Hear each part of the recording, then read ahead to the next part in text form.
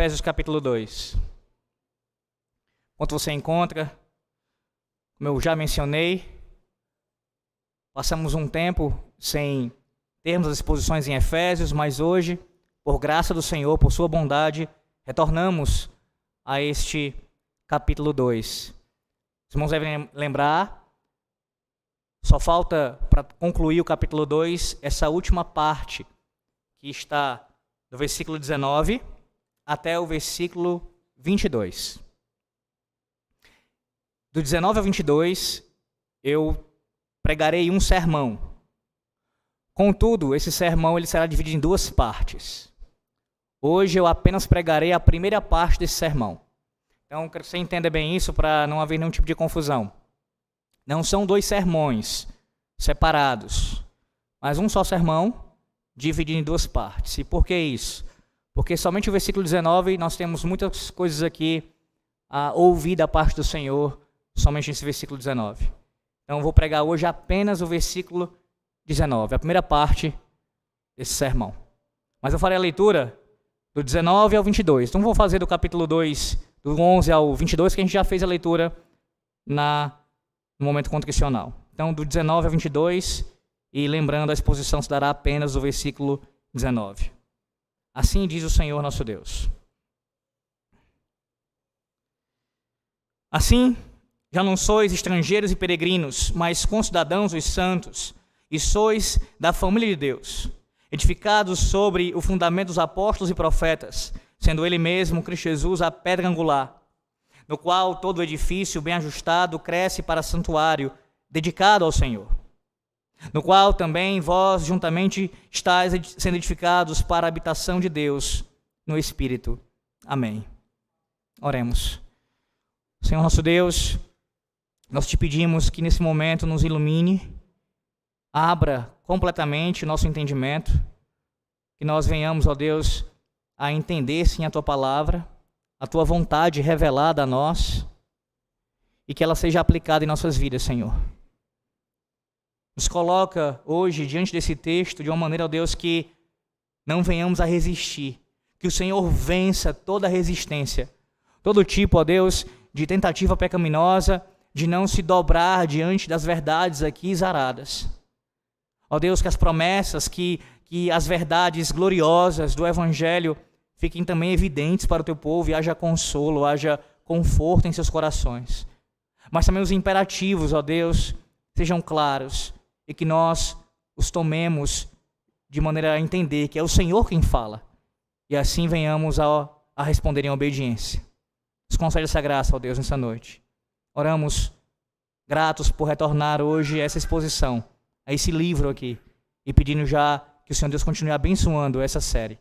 Em nome do nosso Redentor Jesus Cristo. Amém.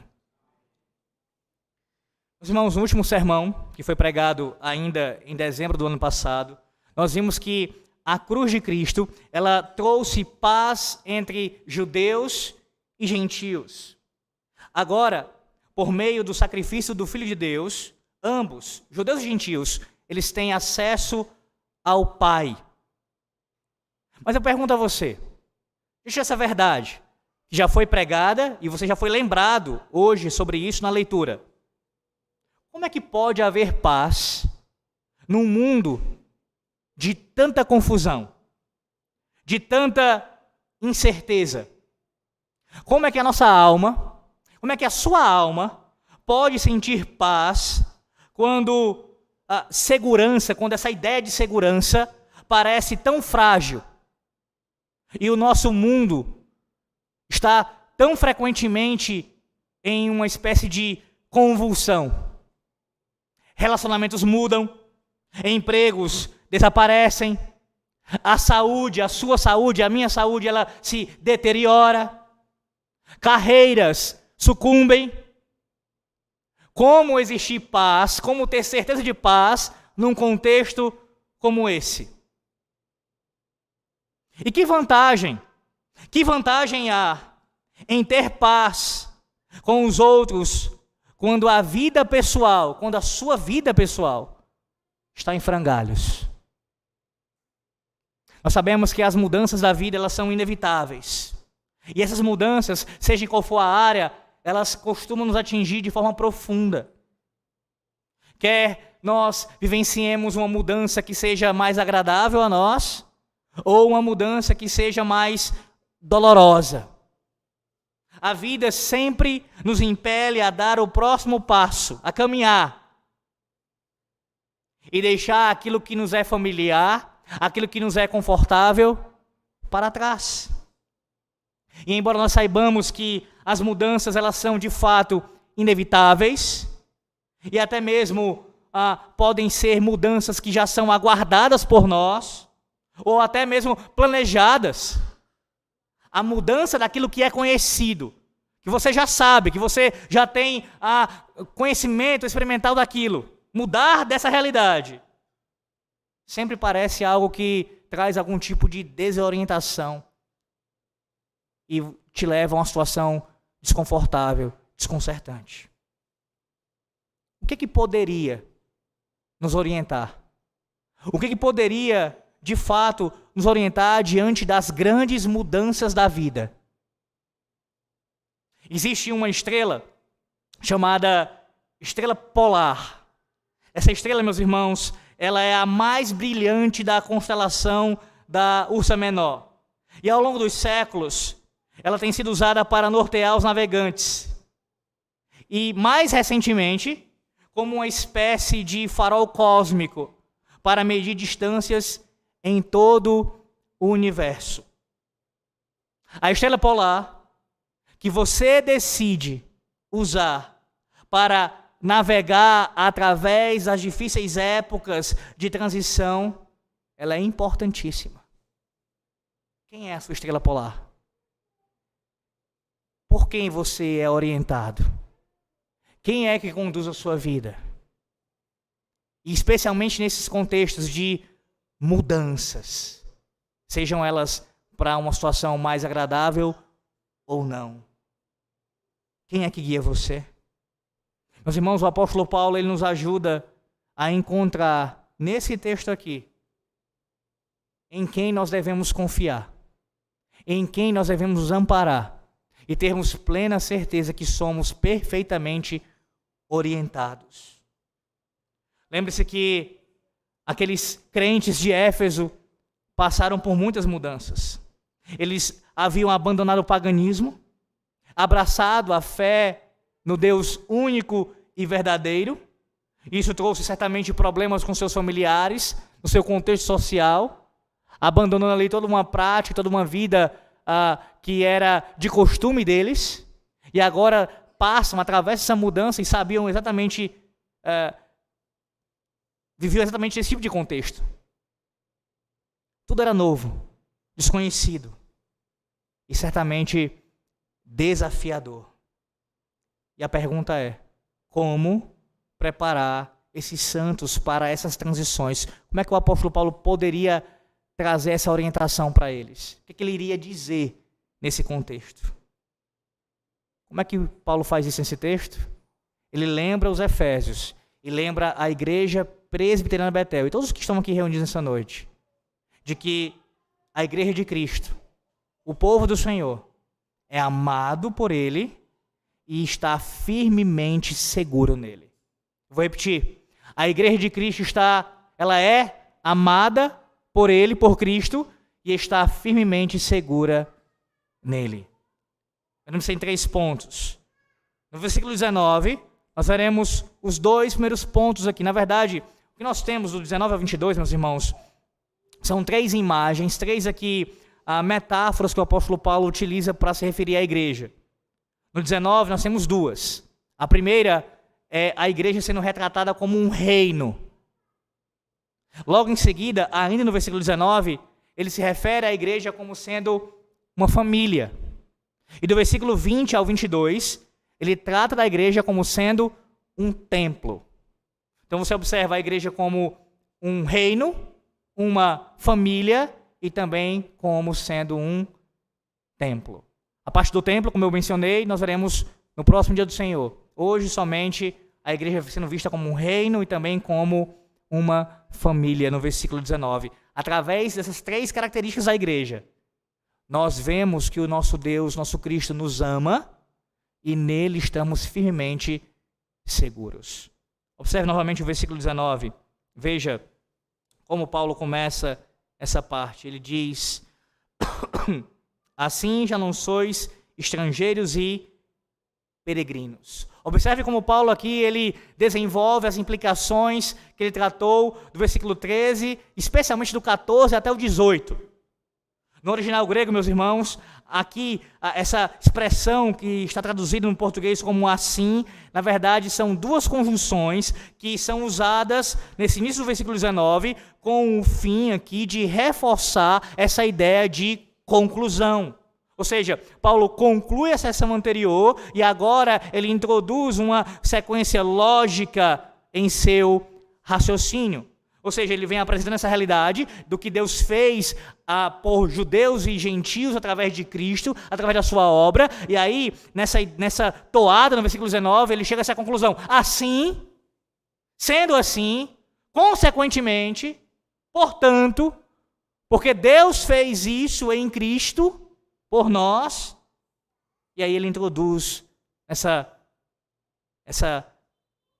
figuras aqui acerca da igreja. Já não sois estrangeiros e peregrinos. Paulo coloca diante de nós, meus irmãos, a consequência grandiosa da obra cooperativa da Trindade em nosso favor. Por meio da obra purificadora de Cristo, agora nós podemos nos aproximar do Pai Celestial. Lembre-se que a palavra utilizada no versículo 18, preguei sobre isso já, a palavra acesso, veja aí, a palavra acesso no versículo 18, ela era usada nos tempos do Novo Testamento para descrever a ideia, ou melhor dizendo, o procedimento de ir até o trono, até a sala do trono de um imperador, de um rei. O nosso Pai, o nosso Deus é Pai, sim, mas lembre-se, o nosso Pai Celestial, ele é um rei. E com palavras de forma muito cuidadosamente escolhidas, Paulo aqui nos lembra que nós temos sim acesso, livre acesso, à presença do reino do universo. E podemos buscar o seu favor, porque ele nos ama como sendo seus próprios filhos. Agora nós, de origem gentia, podemos, de maneira convicta, de maneira ousada, nos aproximar do nosso Deus, do nosso Pai, através de Cristo. Estando na mesma categoria, mesmo status de todos os demais crentes de todos os tempos. Podemos fazer isso. Você pode se aproximar de Deus, levando as suas petições. Você tem acesso livre a Ele, se você está em Cristo, à sala do trono do Reino do Universo, chegar para Ele e a Ele não somente adorar, mas também apresentar a sua causa. Mais uma vez, essa parte final do capítulo 2, nós vemos também aqui de forma clara a obra da Santíssima Trindade. Como Pai, Filho e Espírito Santo estão unidos em poder celestial e compaixão para conceder ao seu povo graça, paz, reconciliação e acesso à sua presença. Essa teologia trinitária, meus irmãos, ela aparece aqui no versículo 18, ela aparece no versículo 22 desse capítulo, ela aparece em 1 Coríntios capítulo 12, versículo 4 ao 6, em 2 Coríntios 13, 14, ali na bênção apostólica, em Efésios 4, do versículo 4 ao 6, mas aqui especialmente há uma ênfase nesse efeito da obra cooperativa deles, das três pessoas, na nossa posição corporativa. Ou seja, a Santíssima Trindade trabalha de uma maneira cooperativa para que nós estejamos unidos corporativamente. É o próprio poder de Deus que fez isso por nós e que mantém isso firme, sendo sustentado por Ele mesmo. É o Senhor quem uniu o seu povo e quem o mantém unido. Mas eu pergunto a você, talvez você esteja até se perguntando isso, o que significa ter acesso ao Pai? Qual é o significado, então, de ter acesso ao Pai, além do que já foi mencionado, Alex? O apóstolo Paulo responde, veja, como eu disse, no versículo 18, ele fala do acesso, e no 19, que é o nosso versículo aqui, ele diz assim, sendo assim, consequentemente, vocês não são mais estrangeiros e peregrinos. Ter acesso ao Pai significa isso, em primeiro lugar. Não somos mais estrangeiros e peregrinos. E aí você pode ver essas duas palavras e pensar, mas elas são iguais. Entenda, elas de fato são palavras que são bastante semelhantes, mas há aqui algumas particularidades em cada uma delas. A primeira palavra, a palavra estrangeiro, ela significa, meus irmãos, um estrangeiro ou um forasteiro que tem permissão de estar em um país, mas sem direitos, exceto aqueles que foram acordados mediante tratado. Isso aqui é o estrangeiro. Em segundo lugar, o peregrino aqui é aquele estrangeiro que é residente sem os direitos nacionais. É aquele que vive temporariamente em uma terra que não é a sua. De fato, ambas as palavras, elas possuem basicamente o mesmo sentido, de estrangeiro. Mas há aqui uma pequena distinção. A primeira indica uma estadia mais rápida, a palavra estrangeiro, mais rápida do que a segunda.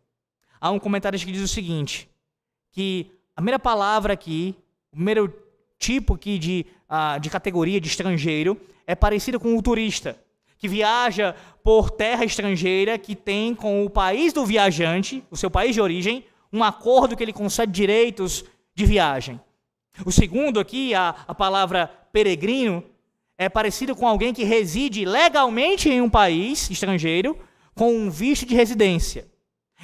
Ele não é nem cidadão daquele país, nem tem todos os privilégios de um cidadão. Então veja como são palavras semelhantes, mas que tem essas pequenas distinções. Qual é o fim aqui do apóstolo Paulo fazer isso? Ele está dizendo, explicando de maneira muito clara e bem detalhada, é que os efésios estavam em Cristo, e nós também, não somos nem estrangeiros temporários, nem forasteiros permanentes, em um país que outrora era estranho para nós. Em outras palavras, pense em qualquer tipo de categoria de estrangeiro, de peregrino, qualquer uma, de qualquer definição. Já não somos mais estrangeiros nem peregrinos. Não há. É abrangente, a ideia é essa. Ele está usando palavras distintas para mostrar que, seja qual for a condição, você não está em nenhuma delas mais. Em nenhuma delas mais.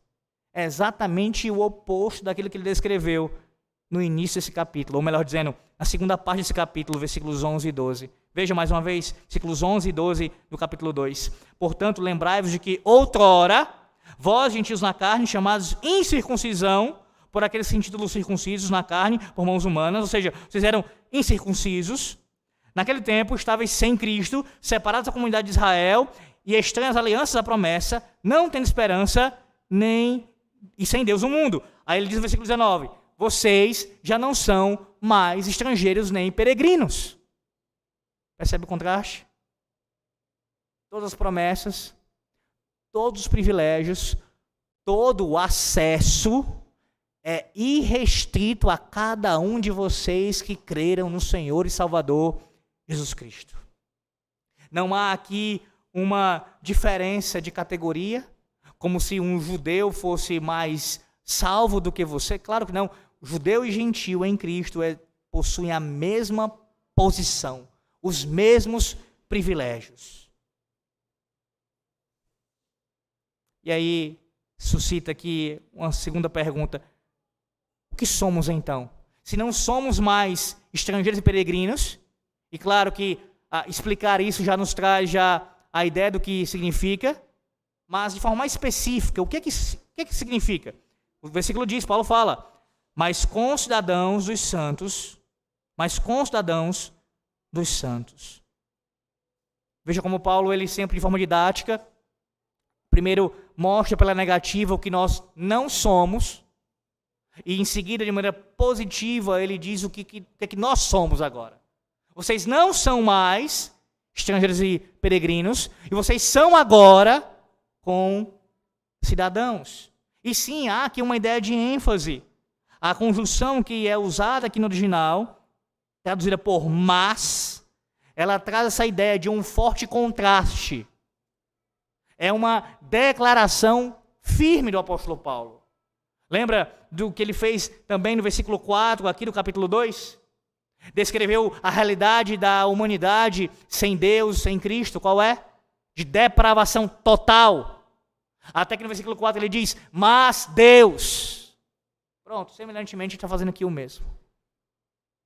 Vocês não são estrangeiros e peregrinos, mas, uma enfática, mas concidadãos dos santos. Os gentios, nós que estávamos antes excluídos da cidadania de Israel, fomos tornados por Deus concidadãos, juntamente com todos os santos, no reino do reino celestial do nosso Deus. Como diz o apóstolo Paulo em Filipenses capítulo 3, versículo 20, pois a nossa pátria está nos céus, de onde também aguardamos o Salvador, o Senhor Jesus Cristo.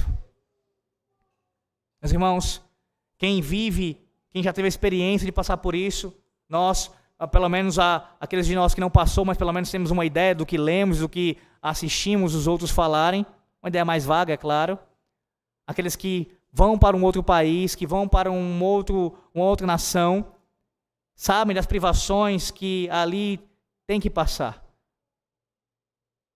Devido à língua, ao idioma, devido às proteções legais e tantas outras coisas que são mais dificultadas por sair do seu país de origem e tentar morar numa outra nação. Não existem direitos automáticos assim em outros lugares. Na verdade, muitas vezes, pessoas que resolvem sair do seu país de origem enfrentam dificuldades até mesmo de relacionamentos com as pessoas que têm dificuldade de aceitar esse novo cidadão ali. E na antiguidade, ter cidadania também implicava acesso a direitos e proteção especiais. É por essa razão, meus irmãos, que os oficiais de justiça lá de Filipos, depois de terem açoitado o apóstolo Paulo e Silas sem um julgamento, eles ficaram tão alarmados quando descobriram que ambos eram cidadãos romanos, porque ter cidadania de um local, de um povo, de um país, traz privilégios, traz proteção. Atos capítulo 16, versículo 38 e 39 mostra isso, como eles ficaram. Veja, Atos 16, 38 e 39. Os oficiais de justiça comunicaram isso aos pretores, e estes ficaram possuídos de temor, quando souberam que se tratava de cidadãos romanos. Então foram ter com eles, e lhes pediram desculpas, e relaxando-lhes a prisão, rogaram que se retirassem da cidade. Temor por saber que eram cidadãos romanos. Eles sabiam da proteção que eles gozavam, do poder de Roma. E isso poderia muito bem vir contra eles. Por quê? Repito, ter cidadania implica em algum tipo de proteção sobre o indivíduo. Garantias, privilégios. Para você que está em Cristo, o Senhor te lembra nessa noite que você já não é mais estrangeiro e peregrino, mas é concidadão do povo de Deus. Você possui a mesma cidadania, os mesmos direitos, os mesmos privilégios, o mesmo status que qualquer um que está em Cristo. De todos os santos, todos. Meus irmãos, não há divisão na igreja de Cristo entre membros de primeira categoria e membros de segunda categoria. Não existe isso. De ambos fez um só povo. Não há dois povos. Não há um plano mais especial para uma etnia e um outro menos. Não, é um povo só em Cristo, redimido pelo sangue do Cordeiro. O mesmo. E a admissão a esse povo é igual para todos. Fé verdadeira no Senhor e Salvador Jesus Cristo. Se você já creu no Senhor, se isso já é uma verdade na sua vida, você pode falar hoje categoricamente que você faz parte desse povo. Você faz parte desse povo.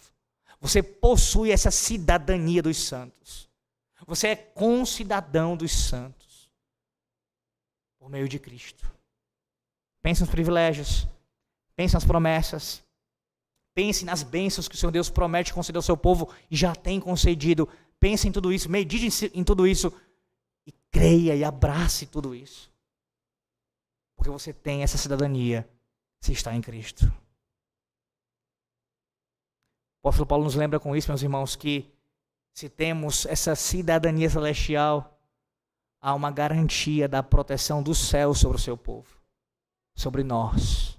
Muito melhor do que ser protegido por um imperador, por um império forte dessa terra. Muito superior a isso é termos a cidadania dos céus e sermos protegidos e guardados pelo nosso Deus. Mas em segundo lugar, veja, esse texto também, por mais que por um lado nos mostre essa verdade, de que nós não somos mais estrangeiros e peregrinos com relação ao povo da aliança, há um sentido, meus irmãos, que nós permanecemos como estrangeiros sim nesse mundo. Ora, e é exatamente isso. Se por um lado nós deixamos de ser estrangeiros e agora somos concidadãos dos santos, a consequência lógica disso é que nós passamos a ser estrangeiros nesse mundo, peregrinos nesse mundo. Nós não temos a cidadania desse mundo. Lembrando o que o autor aos Hebreus escreveu no capítulo 11, versículo 13, ele diz: todos estes morreram na fé, sem ter obtido as promessas, vendo-as, porém, de longe, e saudando-as, e confessando que eram estrangeiros e peregrinos sobre a terra. À semelhança deles, nós somos também ainda estrangeiros e peregrinos. Mas não no sentido que Paulo coloca aqui em Efésios 2.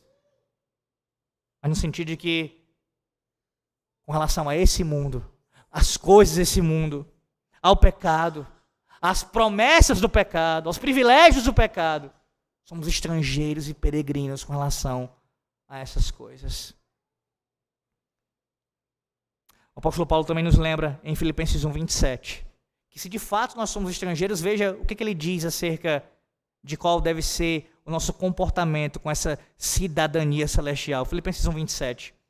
Vivei, acima de tudo, por modo digno do evangelho de Cristo, para que eu indo ver-vos, ou estando ausente, ouça no tocante a vós outros, que estáis firmes em um só espírito, como uma só alma, lutando juntos pela fé evangélica. Observe essa palavra vivei aí, esse verbo aí, essa palavra como está em nosso idioma. No original, meus irmãos, a ideia aqui é ligada à cidadania.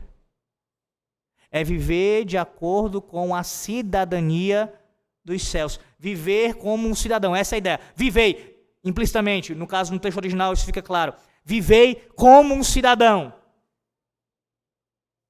E aí entenda isso. Possuímos sim, de forma simultânea, duas pátrias. Alex está se contradizendo, você acabou de falar que nós não temos. Entenda, no sentido civil, quanto ao nosso ambiente aqui na sociedade, de fato nós temos uma pátria terrena. Somos brasileiros, pelo menos acredito que, se não todos aqui, a maioria. Nós estamos sim ligados a essa pátria nesse sentido, e temos sim responsabilidades, deveres, direitos, privilégios. Isso é verdade. E ao mesmo tempo nós somos cidadãos da pátria dos céus, da pátria celeste. E há momentos, meus irmãos, como vimos durante a exposição de Esther, que haverá um choque entre essas duas cidadanias. Há momentos em que você precisa decidir, precisa escolher a qual cidadania você vai representar. Qual de fato é aquela que lhe representa, melhor dizendo. Porque há momentos em que a cidadania terrena dessa pátria pode e vai requerer de você coisas contrárias à dos céus. Ordens, decretos que são baixados contra aquilo que o nosso Deus ordena. E a pergunta é: qual cidadania você valoriza mais? A dos céus ou a dessa terra?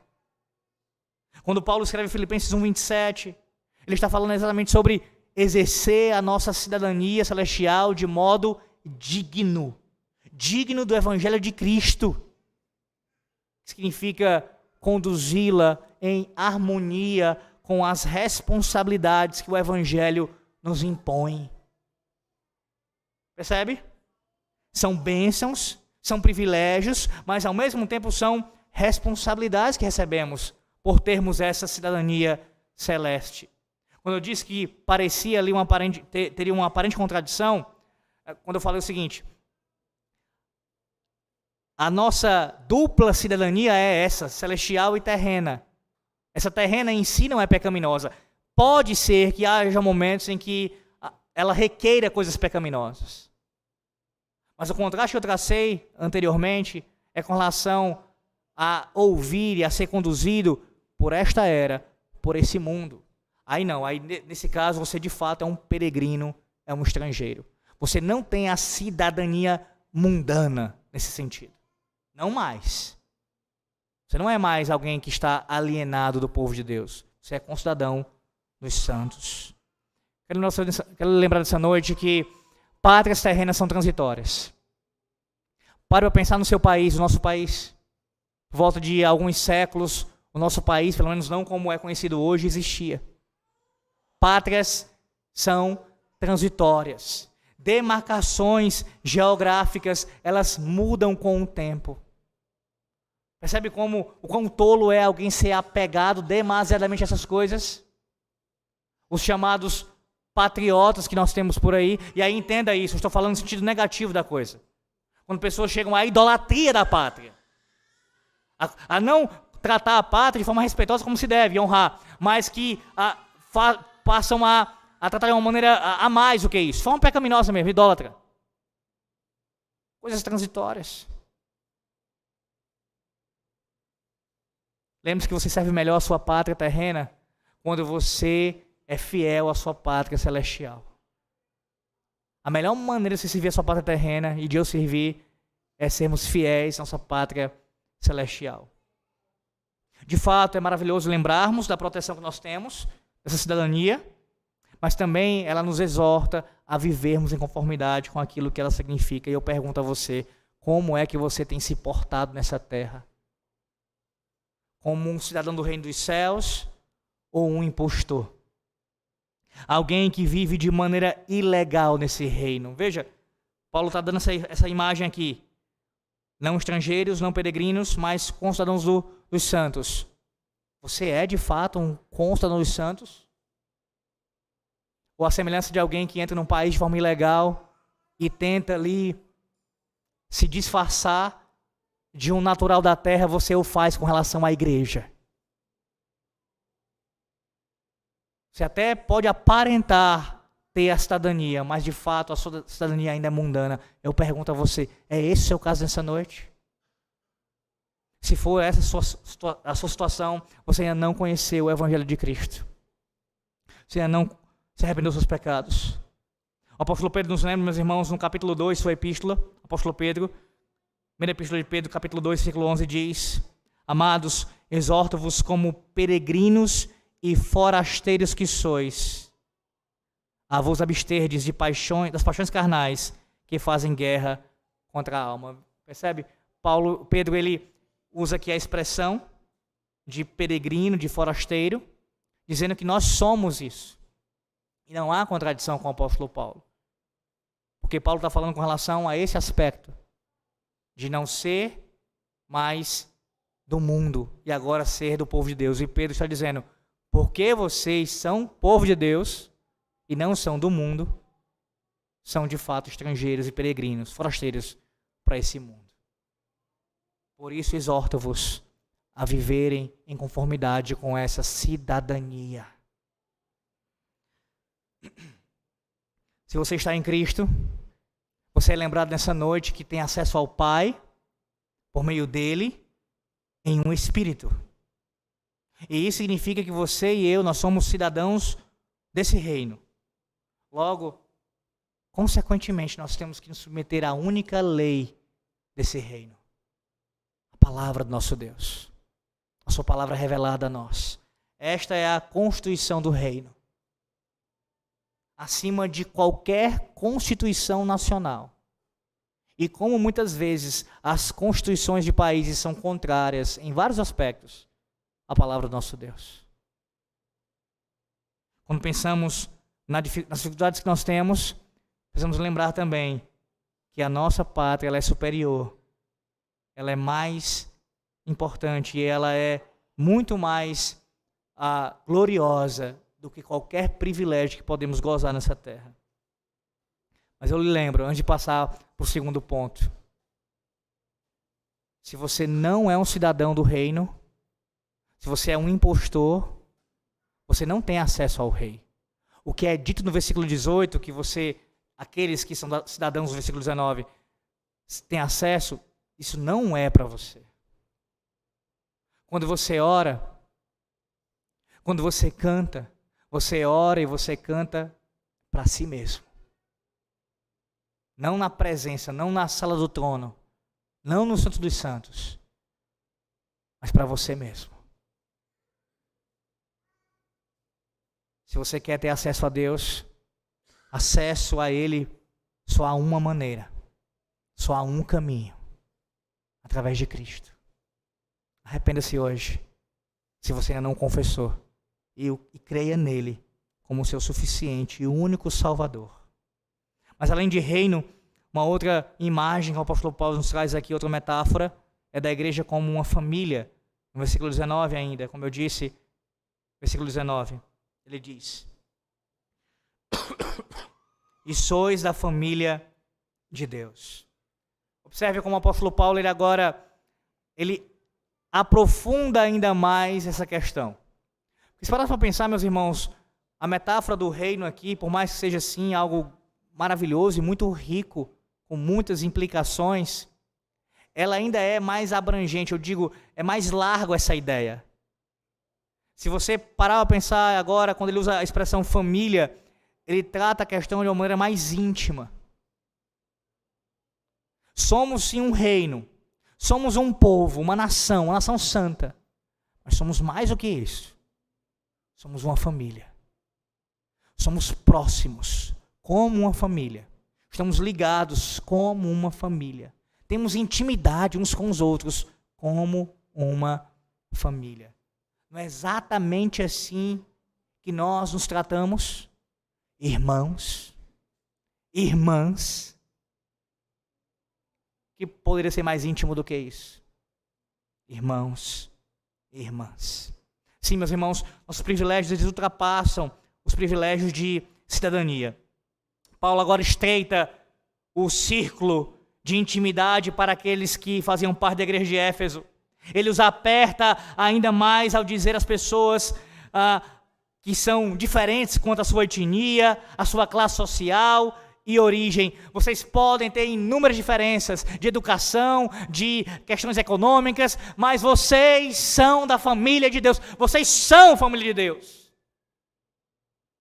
Perceba como o apóstolo expõe o quão especial é esse relacionamento, ao lembrar que eles, os efésios, não são membros de uma família qualquer. Quantas vezes as pessoas se arrogam com orgulho, dizendo: minha família, eu sou da família tal, e eu não vou citar aqui sobrenomes para não parecer que eu estou falando de algo específico, eu não estou, mas meu sobrenome é esse, meu sobrenome é aquele, eu sou da família tal, importante, por isso ou por aquilo outro, quando a Bíblia nos mostra que muito mais do que qualquer nome de família que tenhamos, que seja importante nessa terra, é fazermos parte da família de Deus. Que sobrenome? Família de Deus. Muito mais alto, muito mais importante, muito mais glorioso do que o seu sobrenome e o meu nessa terra. Nós entendemos aqui o quanto essa afirmação é importante nesse versículo 19, especialmente à luz do contexto mais abrangente. Vá lá para 1 Timóteo capítulo 5. 1 Timóteo capítulo 5, versículo 8. O apóstolo Paulo escreve a Timóteo dizendo o seguinte, 1 Timóteo 5, 8. Ora, se alguém não tem cuidado dos seus, e especialmente da sua própria casa, tem negado a fé, e é pior do que o descrente. Veja a palavra aí, casa. Agora vá para Gálatas, capítulo 6, versículo 10. Gálatas 6, versículo 10. Paulo diz: por isso, enquanto tivermos oportunidade, façamos o bem a todos, mas principalmente aos da família da fé. A mesma palavra que Paulo usa aqui no versículo 19, ele utilizou também nessas duas outras cartas. E se você observou bem, nesses contextos que eu acabei de ler, a ideia de família aqui, como não poderia ser diferente, porque a palavra em si já traz essa força, mas especialmente no contexto que aparece, enfatiza a ideia de intimidade. A própria palavra que ele usou anteriormente, concidadãos, também tem essa ênfase de paz e de unidade. Um reino que é pacífico e que é unido. Uma família que é pacífica e que é unida. Unida. Assim, mesmo os filhos adotivos, que somos todos nós, adotados por Deus através do seu Filho, nós temos segurança de que pertencemos à família dele. Não somos menos filhos porque fomos adotados. Somos filhos de Deus por meio do seu unigênito. E Paulo quer que nós entendamos, meus irmãos, essa noite, assim como os Efésios ali precisaram entender, o grande privilégio e consolo que provém de Deus, que nos reivindica como sua própria família, independentemente dos erros que você cometeu, dos pecados que você praticou. Nessa passagem, Deus diz que somos, além do seu reino, fazemos parte do seu reino, somos também sua família. Sempre amados em sua casa. Quaisquer que sejam as transições, independentemente das circunstâncias da vida, do lugar que você esteja ou para onde você vá, de qualquer situação que venha a ser benéfica para você ou difícil, o amor do nosso Deus e Pai nunca vai acabar. Nunca. Veja como há aqui a garantia do amor e da segurança em Cristo, porque somos sua família. E se você e eu, que somos pecadores, cuidamos da nossa família, quanto mais o nosso Deus não cuidarei de nós, que somos sua família?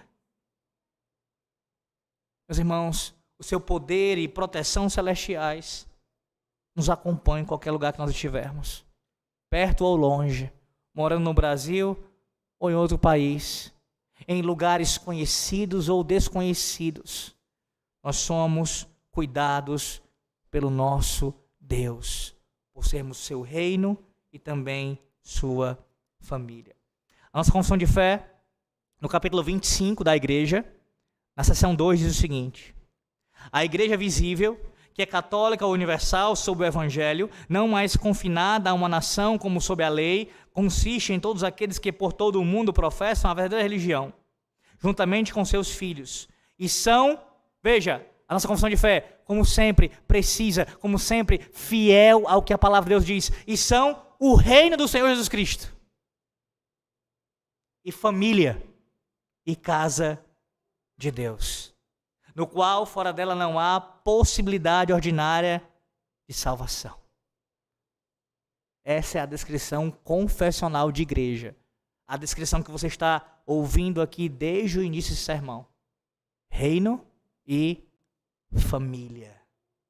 E aqui, nessa seção da confissão de fé, nós temos a principal marca da igreja. Marca essa que é muito bem tratada pelo teólogo James Bannerman no seu livro, que nós aqui tivemos algumas aulas na escola bíblica, a Igreja de Cristo. Qual é a marca principal da igreja? Professar a religião verdadeira juntamente com os seus filhos. Essa é a marca principal. Professa a religião verdadeira juntamente com os seus filhos. E aqui, veja, a ideia de a igreja, nessa ideia de família, sob dois aspectos, que são mencionados no capítulo 25 da Confissão de Fé. O primeiro você já ouviu falar, na verdade os dois você já ouviu falar muitas vezes. O primeiro, universal. A igreja, a família de Deus, ela é universal, católica. Eles se apropriaram disso, os papistas, esse título, esse termo, mas isso é nosso. é da igreja de Cristo. Nós somos, nesse sentido, católicos. A igreja universal. Em toda a terra. Em toda a terra. E aqui eu quero enfatizar o que significa. Independentemente das nossas diferenças denominacionais. Não, isso não quer dizer que abarca todos aqueles que dizem crer em Jesus e definindo Jesus como bem lhe parece. Não é isso. Claro que não. Há muitos que afirmam que Jesus é o Senhor, mas negam o Cristo das Escrituras Sagradas. Negam a sua revelação. Negam quem ele é de fato. Não é isso. Mas aqueles que de fato creem no Senhor, mesmo que tenham diferenças em seus distintivos teológicos, distintivos que são mais ligados a questões eclesiásticas, que são importantes, que eu já falei várias vezes aqui, mas que não são divisíveis nesse sentido de nos separar do corpo de Cristo, nós podemos afirmar que temos irmãos em todos os lugares da terra, mesmo em igrejas que não são reformadas. Essa é a graça do nosso Deus, meus irmãos. A sua família está espalhada, não apenas em igrejas presbiterianas, reformadas, mas também em outras igrejas, em outras denominações. Não vimos isso hoje pela manhã?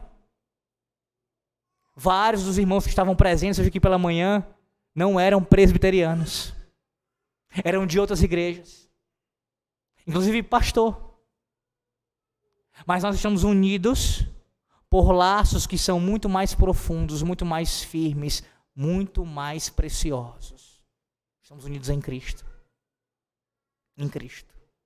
Você e eu, nós temos laços muito mais profundos com um cristão que está do outro lado do mundo, um cristão verdadeiro, do que o nosso vizinho na nossa rua. Muito mais.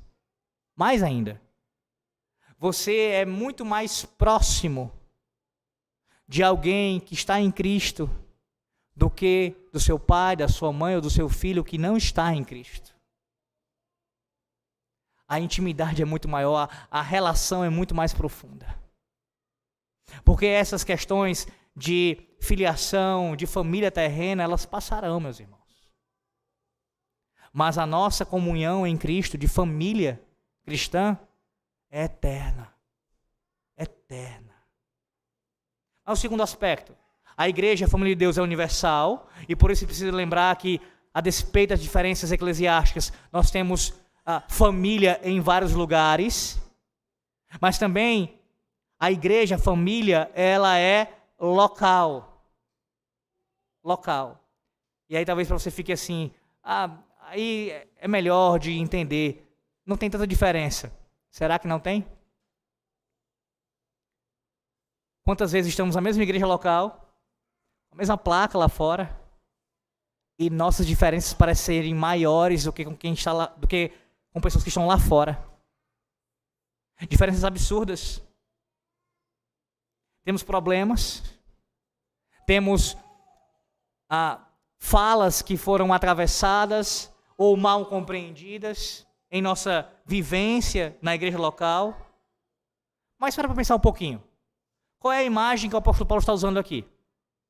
Família, para falar da igreja. Quando foi, ou melhor, houve alguma vez na sua história, deixa eu colocar isso melhor, na sua história, você nunca teve algum problema com a sua família de carne? Nunca teve? Na criação que você teve dos seus pais, com os seus irmãos? Na família maior, pensando nos seus avós, nos tios, na parentela.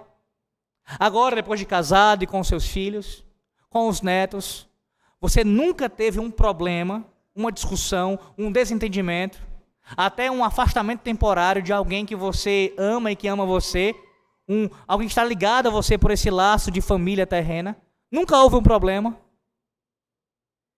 Se a sua resposta for, claro, Alex, claro que teve problema. Então por que você acha que no contexto da família aqui, da igreja, isso não vai acontecer? Mas é a família de Deus, sim, mas nós somos pecadores, redimidos sim, mas ainda pecadores. Não somos perfeitos ainda. Não fomos ainda glorificados. Então, a semelhança dos problemas que nós temos com nossas famílias terrenas, também teremos problemas dentro da família de Deus nessa terra ainda. Na igreja local. Problemas com a liderança, com os oficiais, problemas que eu digo de desentendimento, de discordância, isso vai acontecer entre nós, isso vai acontecer. Mas isso não é motivo para nos afastarmos da nossa família. Não é. Que é um dos argumentos mais tolos e absurdos que os desigrejados utilizam. Eu não vou congregar porque aquela igreja está cheia de problema. A igreja, a questão institucional está corrompida, então eu não vou congregar em lugar nenhum. Se ele usasse esse mesmo argumento para as demais coisas da vida, ele viveria isolado. Não trabalharia, não teria sua família, viveria sozinho, achando que ele é o único certo e o único perfeito dessa terra. Porque se relacionar traz problemas, traz dificuldades. Ele é tão perfeito que ele não pode lidar com as pessoas que são falhas, que são imperfeitas. Esse texto, meus irmãos, essa noite nos lembra que temos ouvido frequentemente nesse capítulo 2 de Efésios. Somos unidos por meio de Cristo e somos uma só família. Então, hoje você é exortado pela palavra de Deus. Se você tem um problema com algum irmão em Cristo nessa igreja local, fora dela também, mas o ponto agora é na igreja local, procure. Ou se a pessoa tem um problema com você, procure. E resolva, reconcilie-se. Se você é exortado a fazer isso com pessoas que são da sua família, mas não estão em Cristo, quanto mais pessoas que estão em Cristo, assim como você professa a mesma fé que você, não podemos viver divididos, viver em conflitos. Isso é uma negação do que o capítulo 2 diz. Pacificados,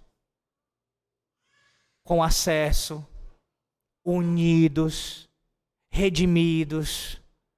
Como então não promovemos a paz? Como não? Mas ainda quero me dirigir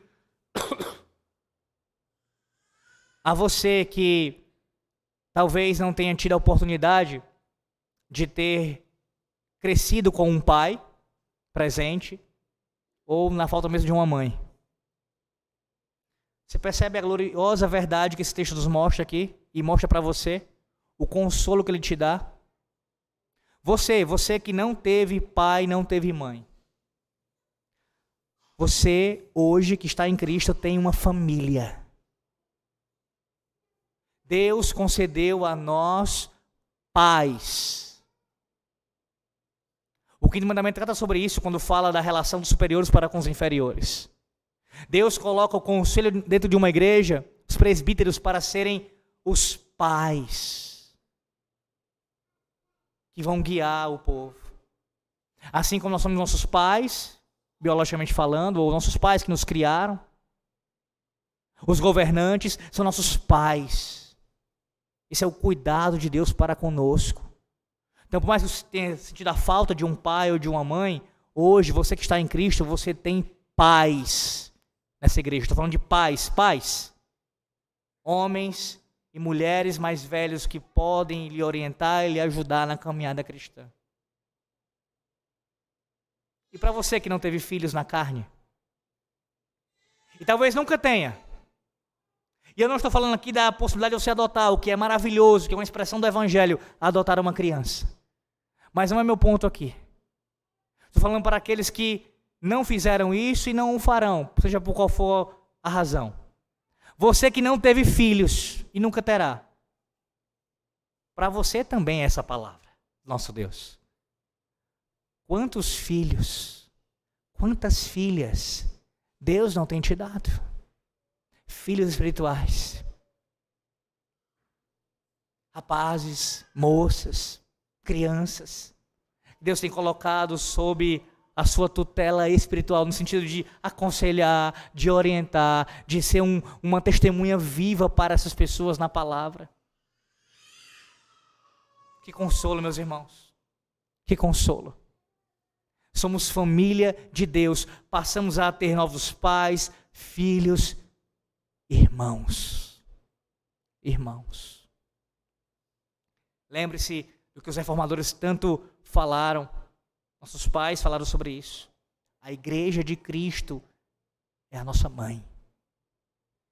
É a nossa mãe.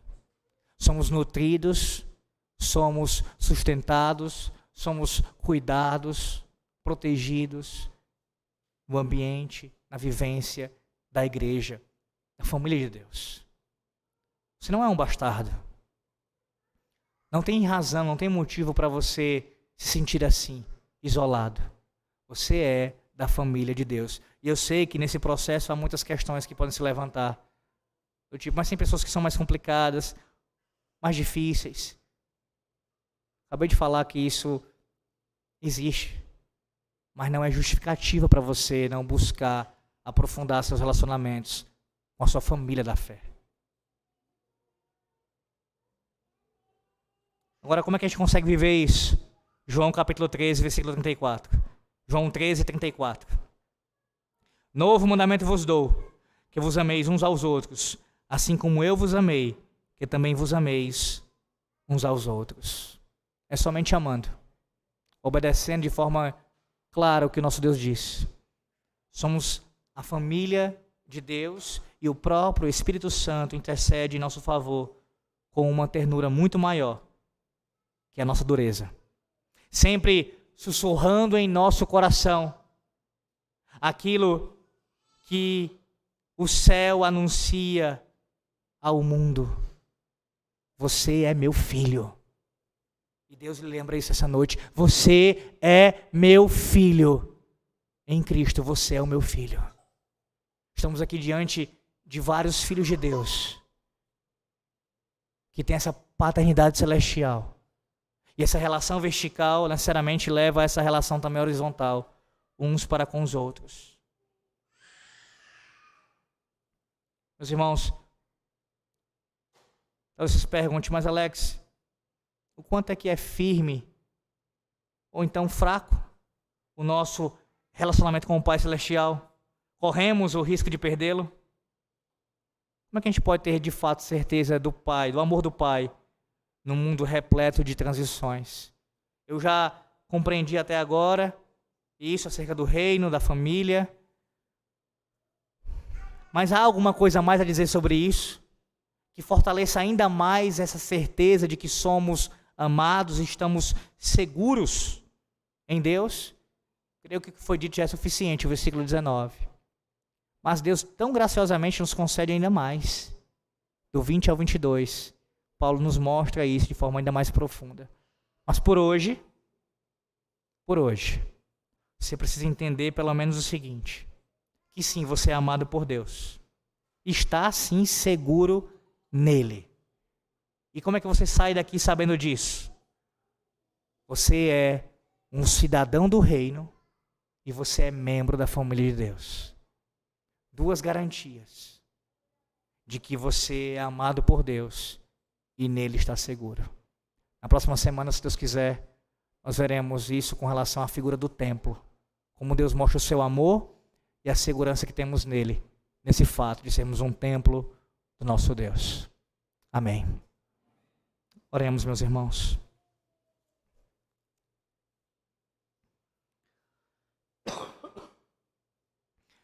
Senhor nosso Deus, nós te damos graças pela tua palavra que foi pregada nesse momento. Obrigado, Senhor, por falar conosco, consolar nossos corações, lembrar das promessas do Senhor, dos privilégios que temos por sermos parte do teu reino, por sermos membros da família. Obrigado, ó Deus, por tudo isso. Também obrigado, Senhor, por nos exortar a vivermos em conformidade com essa realidade. Concede a nós, ó Deus, a sermos fiéis à nossa cidadania celeste e à nossa filiação.